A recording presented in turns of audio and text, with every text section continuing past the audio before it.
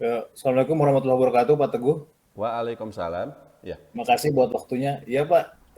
Pertanyaan saya begini, Pak. Kalau pengusaha itu kan satu waktu kadang punya uang tiba-tiba lumayan gitu kan, gitu.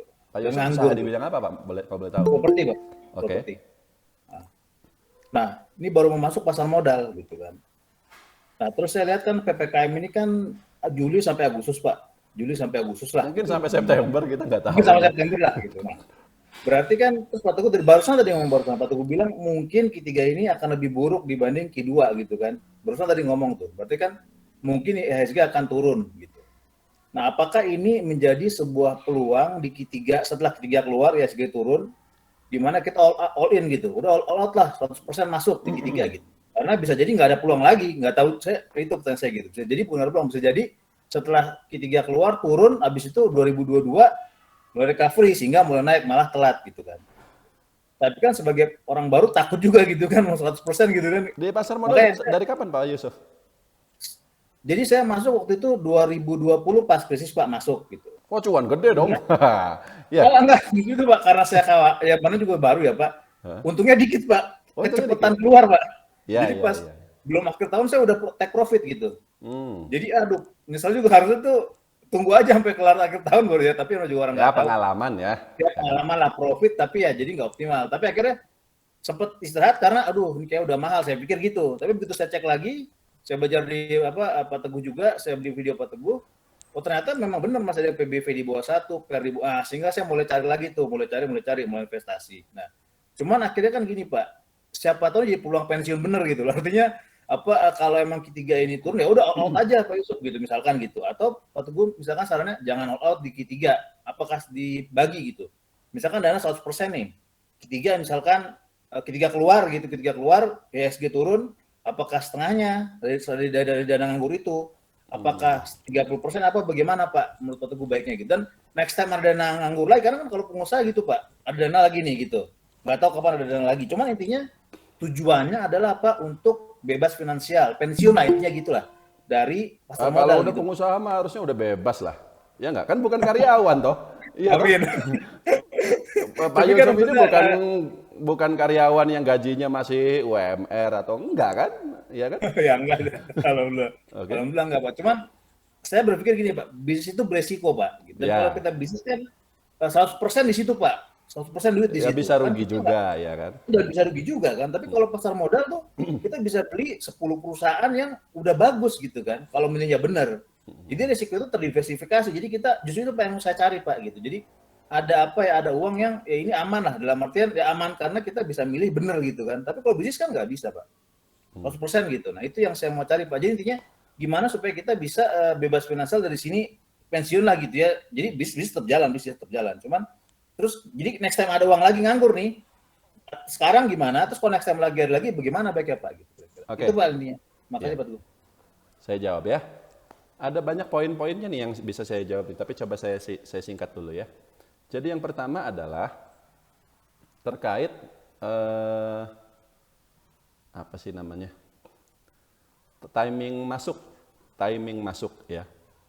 Nah, tadi Pak Yusuf berkatakan kan ini kemungkinan di kuartal 3 kemungkinan karena ekonominya sudah diprediksi bakal turun, ada kemungkinan pasar akan turun. Nah, ketika penurunan itu terjadi, apakah kita all in seperti itu? Lalu habis itu ya udah hold saja. Masalahnya satu, arah pasar itu nggak bisa diprediksi, Pak. Mungkin Pak Yusuf sering ngomong itu, sering ngedengar itu, bahwa naik turunnya IHSG, naik turunnya saham itu tidak bisa diprediksi. Tapi saya katakan, perlu pengalaman untuk bisa memahami kalimat tersebut. Bahwa nggak bisa diprediksi itu maksudnya apa sih? Contohnya gini, kalau nanti IHSG jeblok, katakanlah turun ke 5.000 atau bahkan ke 4.500, Pak Yusuf pegang cash. Pertanyaannya, berani beli nggak? Nggak segampang itu, Pak. Saya kasih tahu, nggak segampang itu. Saya udah ngalamin soalnya. 10 tahun terakhir ini 2015, 2013, 2018, dan 2020 pasar turun. Setiap kali turun, apa yang keluar berita-berita itu? Krisis, resesi, IHSG itu udah rendah tuh, diprediksi akan turun lebih rendah lagi. Nggak gampang Pak, saya kasih tahu nggak gampang. Karena biasanya ketika kita masih pegang cash, tapi kan nggak 100% cash, kita ada pegang saham juga. Dan ketika IHSG-nya jeblok, saham-saham kita nyangkut luar biasa. Itu mempengaruhi psikologis kita juga. Jadi nggak segampang itu. Nggak segampang itu. Karena itulah sebenarnya kalau misalnya katakanlah pasar turun lalu kita full masuk ya, seluruh dana dimasukin, itu tidak disarankan. Karena apa? Karena kita nggak tahu juga bottom-nya itu di berapa ketika pasar lagi turun itu tuh. Mending kalau kita beli langsung naik. Bagaimana kalau kita begitu beli tambah turun? Contohnya apa? Ya paling gampang Unilever lah. Siapa sih yang berpikir bahwa Unilever bakal serendah ini? Saya sendiri termasuk yang berpikir waktu di harga 5.500 itu udah murah loh. Nggak taunya masih turun lagi kan? Seperti itu gitu. Jadi nggak bisa seperti itu Pak, nggak bisa. Nah kalau gitu bagaimana? Nah yang kedua, ini tadi poin pertama bahwa pasar saham itu tidak bisa diprediksi. Poin yang kedua adalah berdasarkan pengalaman, investor itu punya batas kekuatan mental terkait jumlah dana yang bisa dia kelola. Meskipun itu dana dia sendiri. Bukan dana titipan, bukan dana pinjaman, bukan. Itu uang dingin lah bahasanya seperti itu. Pak Yusuf, saya percaya Pak Yusuf pengusaha harusnya lebih mapan lah dibanding karyawan misalnya. Tapi tetap aja Pak Yusuf itu masih pemula di pasar modal. Artinya apa? Kalau pegang dana terlalu besar, meskipun sekali lagi itu duit milik sendiri ya. Deg-degannya itu ngalahin deg-degan saya waktu COVID kemarin mungkin. Jadi apa sesak napas gitu. Oh, seperti itu gitu. Lalu masuk ICU. Wah, kalau kayak gitu gimana? Gitu. Artinya jangan salah Pak. Saya kasih tahu aja lah. Saya itu pertama kali aset saya tembus 1 miliar rupiah itu di tahun 2014. Dan apa yang saya rasakan ketika itu? Deg-degan Pak. Ini 1 miliar gitu loh. Seumur-umur belum pernah saya pegang duit sebanyak itu. Ya sekarang sih biasa aja ya. Tapi dulu kaget. Kaget itu jadi ketika saya beli saham dalam jumlah yang katakanlah mendekati 1 miliar rupiah satu saham. Nggak bisa tidur malamnya. Kebayang besok ini bakal naik atau turun. Kalau kita beli saham 1 miliar Pak, besok dia turun 2% saja, udah 20 juta kan? Iya nggak? 20 juta itu kalau dibeliin Batagor berapa banyak itu? Nah, tapi kan ada juga orang yang memang udah pegang dana besar dan juga sudah berpuluh-puluh tahun di pasar modal, mau naik mau turun biasa aja. Mentalnya sudah kuat. Ya Pak Lokeng Hong lah contohnya, ya kan? Mau sahamnya naik atau turun, dia diam-diam aja.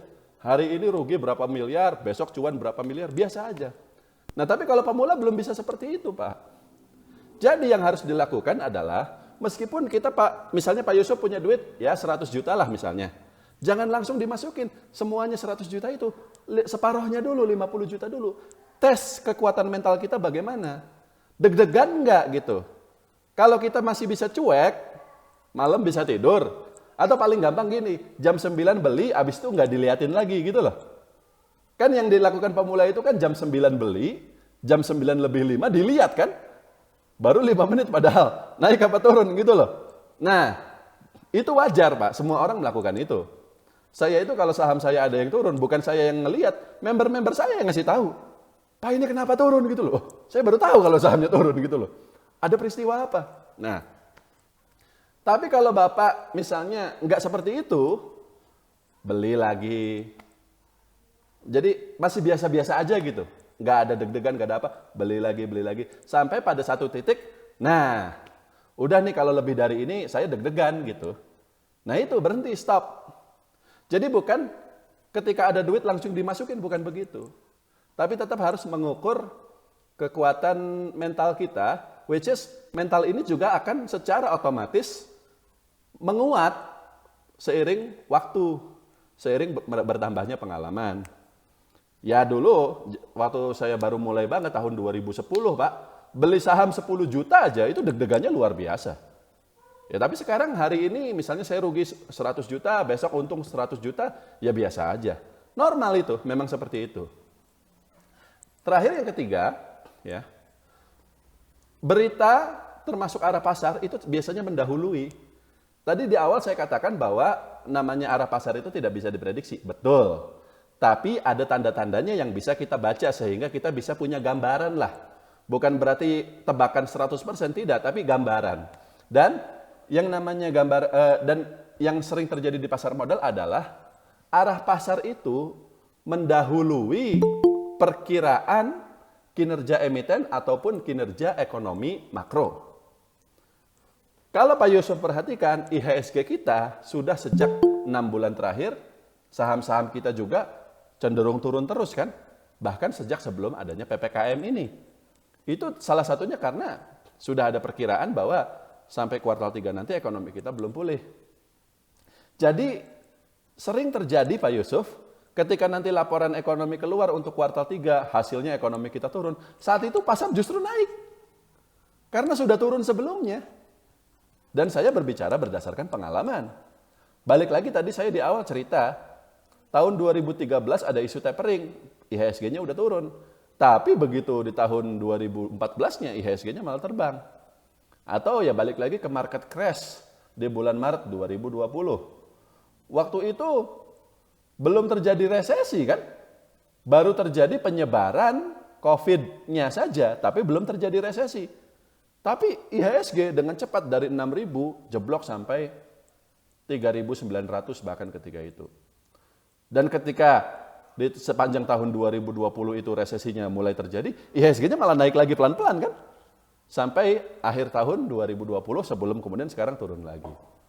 Nah jadi menurut saya juga kita nggak usah terlalu khawatir, asalkan itu tadi saya bilang, Pak Yusuf beli sahamnya sesuai kemampuan mentalnya. Kalau misalnya 100 juta udah deg-degan, stop. Tapi kalau misalnya masih biasa-biasa aja, tambah 200 juta, tambah 300 juta, dan seterusnya. Kekuatan mental setiap orang itu berbeda-beda, Pak. Ada orang beli 1 triliun santai-santai aja. Tapi ada juga orang beli 10 juta udah deg-degannya luar biasa. Jadi itu disesuaikan. Dan yang kedua, nggak usah terlalu pusing arah pasar bagaimana, karena sejak awal tidak bisa diprediksi itu sebenarnya. Jadi nggak usah gini, di pasar modal itu tidak berlaku asas kesempatan hanya datang sekali, tidak. Kesempatan itu datang setiap saat, meskipun kadang memang nunggunya agak lama. Jadi setelah booming IHSG tahun 2020 ini, 6 bulan terakhir ini kan pasar turun terus nih. Tapi ya siapa yang tahu nanti 6 bulan ke depan kita naik, habis itu turun lagi. Gitu aja terus bolak-balik seperti itu. Jadi kesempatan itu akan selalu ada, Pak. Kita cuma perlu menunggunya saja. Kurang lebih seperti itu, Pak Yusuf. Jadi cukup? Maaf Pak, boleh nanya sedikit Pak? Ya. Apa? Jadi gini Pak, kalau spesifiknya itu saya itu sebenarnya mempersiapkan gini Pak. Bisnis saya itu saya alokasikan 2 tahun gitu Pak. Dana. Bisnis saya nih 2 tahun. Ya. Untuk rumah itu 2 tahun, misalnya untuk rumah tangga gitu. Jadi ini spesifik Pak gitu. Ya. Sehingga saya saham itu mungkin kuat 2 tahun atau lebih Pak untuk saya simpan. Ya. Gitu.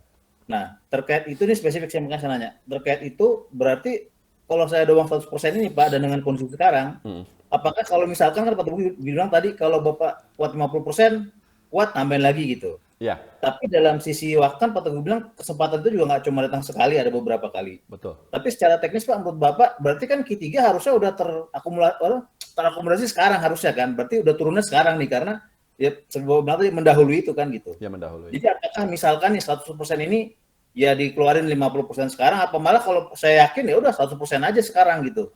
Atau bagaimana menurut Bapak baiknya alokasinya secara tergantung waktu. Pak Yusuf merasa nyamannya bagaimana. 100% itu kan saya tidak tahu nominalnya berapa. Jadi yang tadi saya sebutkan itu bukan berapa persen, bukan, tapi nominal, Pak. Nominal.